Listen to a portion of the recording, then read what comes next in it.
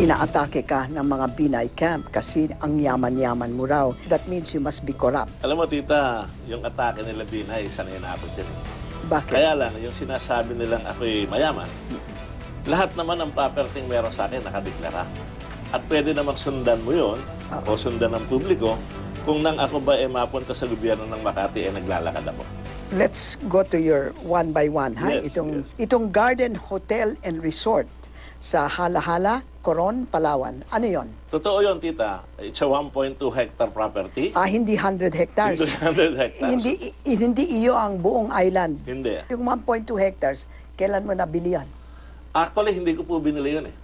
Ibinigay lang po sa akin yun ng ex-Governor Reyes noong 2012. Wala na po ako sa politika. Napaka-generous naman. Siyempre, alam nyo, parehas kaming natalo sa politika. Magkaibigan kami. Kaya lagi kami nagkukwentuhan doon sa Coron, Palawan noon. Kaya ibinigay po sa akin yun ng isang kaibigan niya, si Mr. Teddy Chotanco, at saka ni Governor Reyes. Wala po akong ibinayad ron, tita. Itong Villa Juanita. Ako mismo sa sarili ko, naghahanap ako niya sa Coron eh.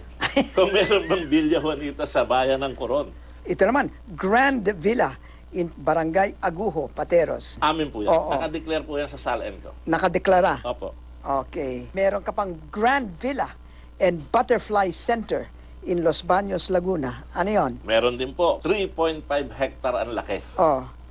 Nakadeklara ba yan? Nakadeklara din po yun. Natayo po yan ng Vice Mayor ako sa Makati. Pero from the start naman, tita, ako ho ay may nakadeklarang mga hanap buhay bago ako pumasok sa politika.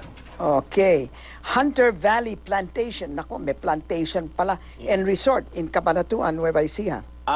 Ang sagot ko po dyan, hindi nakadeklara yan sa SALN ko. At ako naman ho, in public, inaamin ko, tita, na meron po akong unang pamilya. Ang panganay ko po doon 40 years old na. Lahat po sila may kani-kanyang pamilya. Lahat po sila ay may mga hanap buhay. Kanila po yan. Kaya hindi ko po kailangan isama sa aking SALN. Poultry Farm in Palayan, Nueva Ecija. Hindi po totoo yan. They are accusing you of having properties in West Rembo, Makati City, and in Laur, Nueva Ecija. Yung pong West Rembo, bahay ko po yan, tita. Doon po ako nakatira. Kailan mo binili ang bahay na yan? Siguro kung hindi po ako nagkakamali, 2000 ang ako'y lumipat dyan sa bagong bahay na yan. Galing po ako ng Barangay Pembo na ipagbili po namin mag-asawa sa mga pare. Siguro mga 3 milyon. Okay, and how much is your bahay in West Rembo? Mga ganun din pong halaga. Sa Laur, Nueva Ecija. Wala po. Meron ka raw US properties. Na 10. 21.8 million plus another 5 million for another. Kapag meron po silang napatunayan, isa man doon sa 10 property itinuturo nila na akin, handa po akong pumirma ng anumang dokumentong dapat pirmahan na itinaturn over ko po yan sa Philippine government. Baka naman ganyan rin ang sinasabi ni Binay. Hindi nga po siya humaharap, tita, sa Senado eh.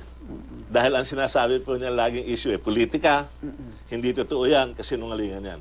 Iisa lang ang kahulugan. Hindi kayang idepensa yung mga itinuturong property nila. Kagaya ng ginagawa mong tanong sa akin niya, ako point lang, sumasagot po ako sa inyo.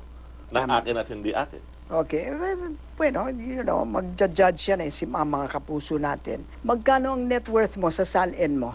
Parang kung hindi ako nagkakamali, mga 79. How did you get from 62 million to 79 million? Nakadeclare naman po yun sa aking BIR. Gusto naming malaman, Opo. magkano ba ang kalahatan ng napakinabang mo bilang Vice Mayor ng Makati? Saan ka-corruption ni Binay kasali ka? Kami po, nung mga konsehal at kami, ako'y Vice Mayor, meron pong dumadating sa amin sobre buwan.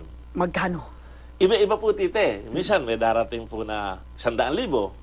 Minsan may darating na Buwan-buwan? 200,000. Opo. Diyos ko.